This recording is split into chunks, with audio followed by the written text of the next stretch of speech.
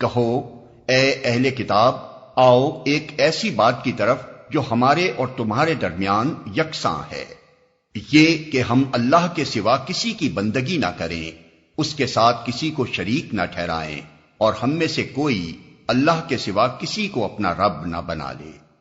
اس دعوت کو قبول کرنے سے اگر وہ منہ موڑیں تو صاف کہہ دو کہ گواہ رہو، ہم تو مسلم یعنی صرف خدا کی بندگی و اطاعت کرنے والے ہیں۔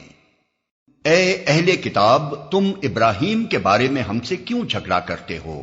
تورات اور انجیل تو ابراہیم کے بعد ہی نازل ہوئی ہیں، پھر کیا تم اتنی بات بھی نہیں سمجھتے؟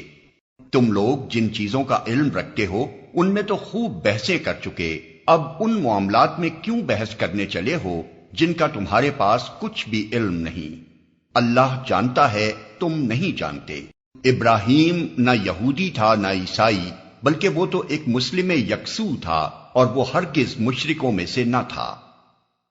ابراہیم سے نسبت رکھنے کا سب سے زیادہ حق اگر کسی کو پہنچتا ہے تو ان لوگوں کو پہنچتا ہے جنہوں نے اس کی پیروی کی، اور اب یہ نبی اور اس کے ماننے والے اس نسبت کے زیادہ حقدار ہیں۔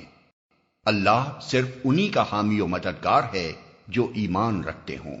اے ایمان لانے والو، اہل کتاب میں سے ایک گروہ چاہتا ہے کہ کسی طرح تمہیں راہ راست سے ہٹا دے، حالانکہ در حقیقت وہ اپنے سوا کسی کو گمراہی میں نہیں ڈال رہے ہیں، مگر انہیں اس کا شعور نہیں ہے۔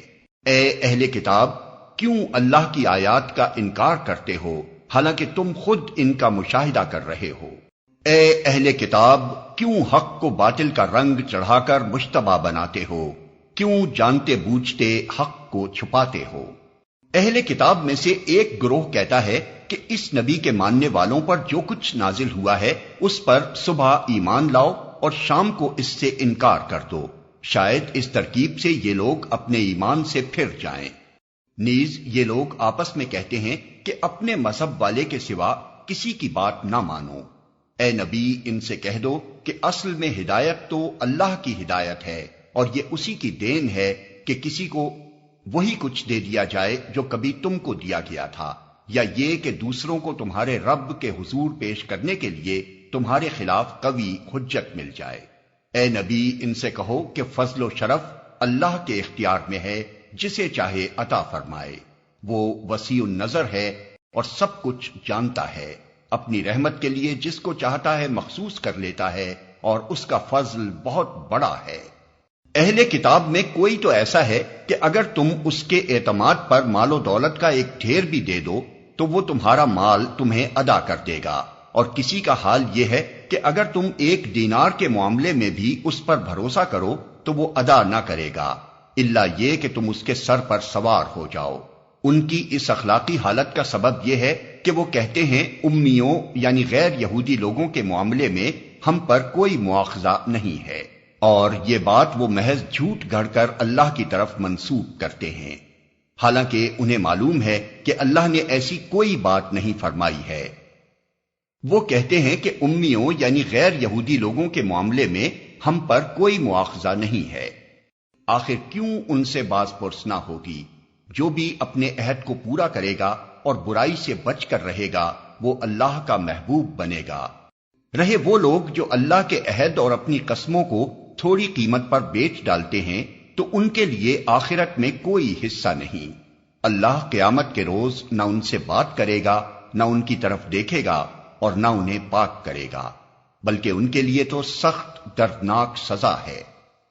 ان میں کچھ لوگ ایسے ہیں جو کتاب پڑھتے ہوئے اس طرح زبان کا الٹ پھیر کرتے ہیں کہ تم سمجھو جو کچھ وہ پڑھ رہے ہیں وہ کتاب ہی کی عبارت ہے، حالانکہ وہ کتاب کی عبارت نہیں ہوتی۔